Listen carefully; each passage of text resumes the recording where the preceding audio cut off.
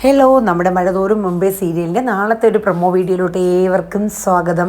അപ്പോൾ എല്ലാവരും നമ്മുടെ വീഡിയോസൊക്കെ കണ്ട് ഇഷ്ടമാണെങ്കിൽ ഒന്ന് ലൈക്ക് അടിക്കാൻ മറന്നുകൊണ്ട് കേട്ടോ. അപ്പോൾ ഇനി കാണിക്കുന്ന ഒരു സീൻ എന്ന് പറയുന്നത് നമ്മുടെ രേവതി കുട്ടിയുടെ സ്റ്റോറിയാണ് കേട്ടോ. അതായത് നമ്മുടെ രേവതി കുട്ടീനെ തിരക്കിക്കൊണ്ട് ഒരാൾ നികേതത്തിൽ ചെല്ലുകയും അവിടെ ചെന്നിട്ട് കിട്ടുന്ന അറിവ് വെച്ചിട്ട്, അതായത് ഒരു 10, 18, 20 വയസ്സിനകത്തുള്ളൊരു ഒരു പെൺകുട്ടി, ഒരു ഓർഫണേജ് കൊണ്ടാക്കിയ പെൺകുട്ടിയെക്കുറിച്ചുള്ള വിവരങ്ങൾ തിരക്കി ഒരു വയസ്സായ ഒരു വ്യക്തി പണ്ട് സ്നേഹനികേത ഇരുന്ന സ്ഥലത്ത് ചെന്ന് അവിടുത്തെ സിസ്റ്റർമാരുടെ അടുത്ത് കാര്യങ്ങളൊക്കെ തിരക്കുകയാണ്. അപ്പോൾ അവരിൽ നിന്ന് കിട്ടിയ ഇൻഫർമേഷൻ വെച്ചിട്ട് 2 കുട്ടികളാണ്, അലീനയും രേവതി കുട്ടിയും. അപ്പോൾ ഈ വ്യക്തി കുറേ കാര്യങ്ങളൊക്കെ മനസ്സിലാക്കി എടുത്ത ശേഷം അയാൾ നേരെ നമ്മുടെ രേവതി കുട്ടി താമസിക്കുന്ന സ്ഥലത്തോട്ട് ചെല്ലുകയാണ്. അപ്പോൾ ഇത്രയും നാൾ അലീനയുടെ ഫാമിലിയെക്കുറിച്ചൊക്കെയുള്ള വിശേഷങ്ങളാണ്. അപ്പോൾ ഇനി കാണിക്കുന്ന നമ്മുടെ രേവതി കുട്ടിയുടെ അച്ഛനാര്, അമ്മയാര്, ആ കഥ എങ്ങനെയാണ് എന്നുള്ളതൊക്കെയാണ് കടന്നു വന്നത്. അപ്പോൾ അതിൽ ഈ വ്യക്തി നമ്മുടെ ഗ്രേസമ്മയുടെ വീട്ടിലോട്ട് വരികയാണ്. ഗ്രേസമ്മയുടെ വീട്ടിലോട്ട് എത്തിക്കഴിഞ്ഞിട്ട് ബെല്ലടിച്ചു. അങ്ങനെ ഗ്രേസമ്മ ചെന്ന് നോക്കണം. അപ്പോൾ ചെന്നിട്ട് പറഞ്ഞു, ഞാനിങ്ങനെ സ്നേഹനികേതൻ എന്ന് പറഞ്ഞ സ്ഥാപനത്ത് പോയിട്ട് വരുന്നതാണ്. അപ്പോൾ ഞങ്ങളുടെ കുടുംബത്തിൽപ്പെട്ട ഒരു പെൺകുട്ടി ഇങ്ങനെ 10, 20 വർഷങ്ങൾക്ക് മുന്നേ ഇങ്ങനെ ഒരു അനാഥാലയത്തിലായിട്ടുണ്ട്. അപ്പോൾ അവിടെ നിന്ന് കിട്ടിയ വിവരങ്ങൾ വച്ചിട്ട് 2 പെൺകുട്ടികളെ കുറിച്ചാണ് എനിക്ക് അറിയേണ്ടത്. അതിൽ ഒരു പെൺകുട്ടി ഇങ്ങനെ നമ്മുടെ അലീനയെക്കുറിച്ചാണ് പറയണത്. അപ്പം ഗ്രേസമ്മയ്ക്കും മാമച്ചനും ആകെ ടെൻഷൻ ആവുകയാണ്. ഒരിക്കലും അലീനയെ കുറിച്ച് ഇനി വേറൊരു അച്ഛനമ്മ വരില്ല. കാരണം ഓൾറെഡി അലീനയുടെ അച്ഛനാരും അമ്മയാരെന്ന് ഗ്രേസിനും മാമച്ചനും അറിയാമല്ലോ. അപ്പം ഉറപ്പാണ് രേവതി കുട്ടിയെ തിരക്കി തന്നെയാണ് ഈ വയസ്സായ ആൾ വന്നേക്കുന്നതെന്ന് മനസ്സിലായി. ഒരു സാധുവായിട്ടുള്ള ഒരു സാധാരണ മനുഷ്യനാണ് കേട്ടോ. അപ്പം വലിയ ഇതുള്ള ഒരു രീതിയൊന്നും അയാളെ കണ്ടിട്ട് തോന്നിയില്ല. അങ്ങനെ അയാൾ പറഞ്ഞ കാര്യങ്ങളൊക്കെ വെച്ചിട്ട് അയാൾ നിങ്ങളുടെ അടുത്ത് കുറച്ച് കാര്യങ്ങൾ പറയാനുണ്ട് എന്നൊക്കെ പറഞ്ഞ് ഇങ്ങനെ അയാൾ കുറേ കാര്യങ്ങൾ പറയണം. അപ്പോൾ ഗ്രേസമ്മയും മാമച്ചനും ചോദിക്കുന്നുണ്ട്, ഇത്രയും വർഷങ്ങൾ കഴിഞ്ഞിട്ട് നിങ്ങൾ എന്തുകൊണ്ട് ഈ കുട്ടിയെ തേടി വന്നു, ഇങ്ങനെ ഈ ഒരു കുട്ടിയെ തേടി വന്നു എന്ന് വെച്ചപ്പോൾ അന്നത്തെ സാഹചര്യങ്ങളിലും നമുക്കത് ഉറപ്പ് പറയാനായിട്ടായിട്ടില്ല. കാരണം അങ്ങനെ ഒരു കുട്ടി ഉണ്ടെന്നും ആ കുട്ടിയെക്കുറിച്ചുള്ള വിവരങ്ങളാണ് എനിക്ക് അറിയേണ്ടതെന്നും ഒക്കെയാണ് ഇയാൾ പറയുന്നത്. അങ്ങനെ പറഞ്ഞ് കേട്ട ഏകദേശം ഒരു ഐഡിയ ഒക്കെ വെച്ചിട്ട് ഗ്രേസമ്മയ്ക്കും മാമച്ചനും ഉറപ്പായി ഇയാൾ തേടി വന്നിരിക്കുന്ന രേവതി കുട്ടിയെ തന്നെയാണ്.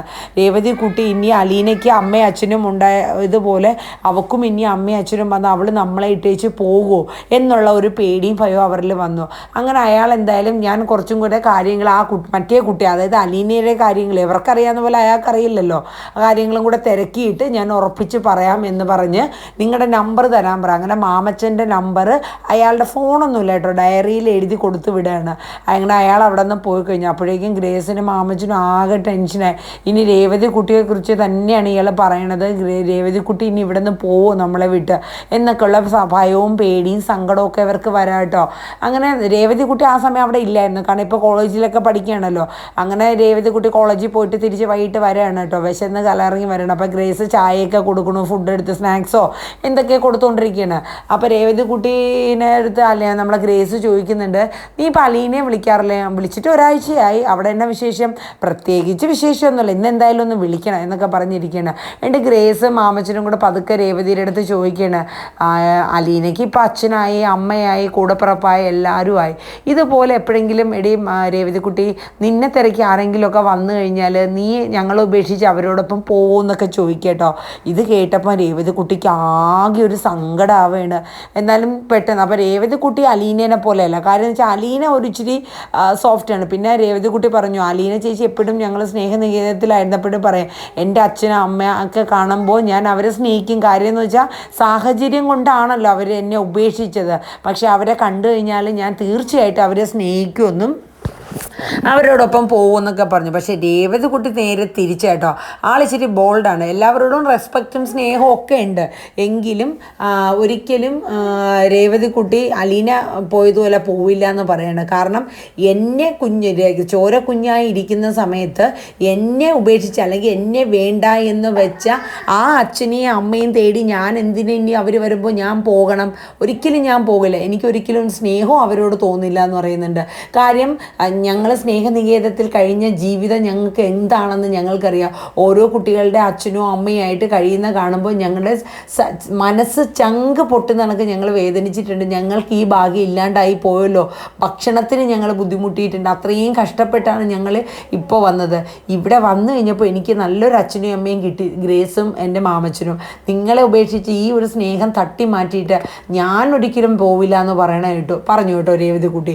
ഇത് കേട്ടപ്പോൾ നമ്മുടെ ഗ്രേസ് അമ്മയ്ക്കും മാമച്ചനും അങ്ങോട്ട് സന്തോഷം കൊണ്ടുള്ള ഒരു സങ്കടം അങ്ങ് വരാം കേട്ടോ. അങ്ങ് കണ്ണ് നിറഞ്ഞു പോവാ. ഇത്രയും പറഞ്ഞിട്ട് രേവതിക്കുട്ടി അങ്ങ് എണീറ്റ് പോവാ കേട്ടോ. അപ്പോൾ ഗ്രേസ് അമ്മയ്ക്ക് സമാധാനം, ഇനിയിപ്പോൾ അയാൾ വന്നാലും രേവതിക്കുട്ടി എന്തായാലും പോവില്ല എന്നുള്ളൊരു വിശ്വാസം, ആ ഒരു ഇത് രേവതിക്കുട്ടിയുടെ വായിന്ന്. കാരണം അവളൊരു ബോൾഡായിട്ടുള്ളൊരു കുട്ടിയാണ്, കാര്യങ്ങൾ തീരുമാനിച്ചാൽ അവളത് ചെയ്യും എന്നുള്ളൊരു വിശ്വാസവും ഗ്രേസിന് വരെയാണ് കേട്ടോ. അങ്ങനെ കാര്യങ്ങളൊക്കെ അവർ സംസാരിച്ചിരുന്നു. പക്ഷേ എങ്കിലും ഉള്ളിൽ അവർക്കൊരു പ്രയാസം ഉണ്ടായിരുന്നു. അപ്പോൾ ഇതിൻ്റെ ഇടയിൽ ഗ്രേസ് അമ്മ നമ്മുടെ ഷെറിൻ്റെ ഭർത്താവുണ്ടല്ലോ ടോണിയെ രേവതിക്കുട്ടിയും ഗ്രേസ് അമ്മയും കൂടെയൊക്കെ വിളിക്കാൻ ശ്രമിക്കുന്നുണ്ട്. പക്ഷേ ടോണിയെ കിട്ടുന്നില്ല. കാരണം ഷെറിൻ്റെയും ഗ്രേസിൻ്റെയും മകനുണ്ടായ കുഞ്ഞില്ലേ, ആ കുട്ടി എവിടെയാണെന്ന് ഇവർക്ക് ആർക്കും അറിയാൻ പറ്റുന്നില്ല. അപ്പോൾ അതിൻ്റെ ഒരു അന്വേഷണത്തിലായിരുന്നു രേവതിക്കുട്ടിയും ഗ്രേസും ഒക്കെ. അപ്പോൾ അത് ഇങ്ങനെ ഒരു വശത്ത് അന്വേഷിച്ചുകൊണ്ടിരിക്കുകയാണ്. ആ സമയത്താണ് നമ്മുടെ രേവതിക്കുട്ടിയുടെ ഫാമിലി ബാക്ക്ഗ്രൗണ്ടൊക്കെ ഓപ്പണായി വരുന്നത്. അപ്പോൾ പിന്നെ ഇതിൻ്റെ ഇടയിൽ കാണിക്കുന്ന ഒരു സീനെന്ന് പറയുന്നത് നമ്മുടെ വൈജയന്തിയുടെ ഹോസ്പിറ്റൽ കേസാണ്. ആ താടിയെല്ലിൻ്റെ അവിടെ ഒരു സർജറിയൊക്കെ കഴിഞ്ഞു. അപ്പോൾ അത് കഴിഞ്ഞിട്ട് അതിനെ സംബന്ധിച്ച് ഇപ്പം നമ്മുടെ ആരാണ്, നമ്മുടെ ബാലേന്ദ്രൻ മാത്രമാണ് ഉള്ളത്. കാരണം ഇനി ഇപ്പോൾ വൈജയന്തി ഇനി ഒരു വെറും പാമ്പ് പോലെ ഒരു മൂലക്കിരിക്കേണ്ടി വരും. കാര്യം എന്ന് വെച്ചാൽ തലേന്ന് 10 വിടർത്തലൊന്നും ഇനി ഉണ്ടാവില്ല. കാര്യം എന്ന് വെച്ചാൽ ബാലേന്ദ്രൻ വരയ്ക്കുന്ന വരയിൽ വൈജയന്തി നിൽക്കേണ്ടി വരും. കാരണം എന്ന് വെച്ചാൽ ഇനി പരാതിപ്പെട്ടിയായിട്ട് ആങ്ങളമാരുടെ അടുത്ത് ചെന്നാൽ ആങ്ങളമാർ ക്വസ്റ്റ്യൻ ചെയ്യാനായിട്ട് ഇനി വരുമോ? പണ്ടത്തെ പോലെ അലീനയുടെ കാര്യം പറഞ്ഞ് തറവാട്ടിൽ ചെന്ന് നിൽക്കലോ അങ്ങനത്തെ ഒരു കേസ് കിട്ടും. ഇനി വൈജയന്തിക്ക് എന്തായാലും നടപടിയായി പോവില്ല. ഇനി ഹോസ്പിറ്റലിലെ കാര്യങ്ങളൊക്കെ കഴിഞ്ഞ് നേരെ വീട്ടിൽ ചെന്നാൽ ഒരു മൂലയ്ക്ക് ഇരിക്കേണ്ടി തന്നെ വരും. ബാലേന്ദ്രൻ എന്ത് പറയുന്നോ അതനുസരിച്ച് കേൾക്കേണ്ടി വരും. കാര്യം ആരെടുത്ത് എന്ന് പരാതി പറയാനാ? അമ്മയുടെ അടുത്തോ അതോ 3 ആങ്ങളമാരുടെ അടുത്തോ? ഒരാളും ഉണ്ടാവില്ല. ബാലേന്ദ്രൻ ഇനി ഒരു സ്റ്റാറായിട്ട് അവിടെ കിടന്ന് വിലസുന്ന സീനൊക്കെയാണ് കേട്ടോ. അപ്പോൾ ഇതിൻ്റെ ഇടയിൽ നമ്മുടെ അലീനയുടെ കാര്യം ഒരു വശത്ത്, ഇനി നമ്മുടെ രേവതിക്കുട്ടിയുടെ കാര്യങ്ങൾ ഓരോന്നായിട്ട് ചുരുളഴിഞ്ഞ് വരുന്നു. അതുപോലെ തന്നെ നമ്മുടെ ഷെറിൻ്റെ കുട്ടി അതിനെ കുറിച്ചുള്ള ഡീറ്റെയിൽസും കാര്യങ്ങളൊക്കെ ഇവർ ഒരു വശത്തൂടെ വരുന്നുണ്ട്. അപ്പം നമ്മുടെ മഴതോറും മുമ്പ് സീരിയലിൻ്റെ ഒരു പ്രത്യേകത എന്ന് വെച്ച് കഴിഞ്ഞാൽ നമ്മുടെ എപ്പിസോഡ്സ് ഒന്നും ഒരുപാട് അങ്ങനെ നീണ്ടൊന്നും കൊണ്ടുപോകത്തില്ല. അവരെല്ലാം അപ് ടു ഡേറ്റ് ആയിട്ട് അപ്പം ഇങ്ങനെ കാണിച്ചു പോകണം. അതാണ് ആ സീരിയലിൻ്റെ ഒരു പ്രത്യേകത എന്ന് പറയുന്നത് അല്ലേ. അപ്പോൾ എന്തായാലും നമുക്ക് ഇനി രേവതിക്കുട്ടിയുടെ സ്റ്റോറിയൊക്കെ എന്താണെന്നറിയാം. ഇനി രേവതിക്കുട്ടിയുടെ ഉപേക്ഷിക്കാനുണ്ടായ കാരണം, ആ കുടുംബം ഏതാണ്, ആ കുടുംബ പശ്ചാത്തലങ്ങൾ എന്താണ്, ആരായിരുന്നു അമ്മ. അപ്പം എത്രയാണൊക്കെ പറഞ്ഞിരുന്നാലും ആ ഒരു കുടുംബ പശ്ചാത്തലമൊക്കെ അറിഞ്ഞു കഴിയുമ്പോൾ ഒരു പക്ഷേ രേവതിക്കുട്ടി ചിലപ്പോൾ പോയെന്ന് വരാം. പക്ഷെ അതിന് പകരമായിട്ട് ചിലപ്പോൾ നമ്മുടെ ഗ്രേസിനും മാമച്ചനും അവരുടെ ചെറുമകളായ കുട്ടീനെ കിട്ടാൻ ചാൻസ് ഉണ്ട് അല്ലേ. അങ്ങനെയൊക്കെ എൻ്റെ ഒരു ഊഹമാണ് കേട്ടോ. അങ്ങനെയൊക്കെ വരാൻ സാധ്യതയുണ്ട്. ഇനിയിപ്പോൾ ടോണിയെ കിട്ടി അവിടെ നിന്നുള്ള വിവരങ്ങളും മറ്റുമൊക്കെ ടോണിയിൽ നിന്നൊക്കെ അറിഞ്ഞ് കാര്യങ്ങളൊക്കെ ചിലപ്പോൾ അറിയുമായിരിക്കും. എന്തായാലും നമുക്ക് നോക്കാം. എന്തായാലും അടിപൊളി സീരിയലാണ് നമ്മുടെ മഴതോറും മുൻപേ എന്ന് പറയുന്നത്. എല്ലാം അടിപൊളി സിനിമ സ്റ്റൈൽ സ്റ്റോറിയാണ്. എനിക്ക് ഓരോ സീനും വരുമ്പോൾ ഭയങ്കര രസമാണ്, എങ്ങനെയാണ് എന്താണ് എന്നൊക്കെയുള്ളൊരു ഇതാണ്. അപ്പോൾ എന്തായാലും നമുക്ക് നോക്കാം നമ്മുടെ മഴതോറും മുമ്പേ സീരിയൽ ഏതൊക്കെ രീതിയിൽ എങ്ങനെയൊക്കെയാണ് പോകുന്നത് എന്നുള്ളതൊക്കെ.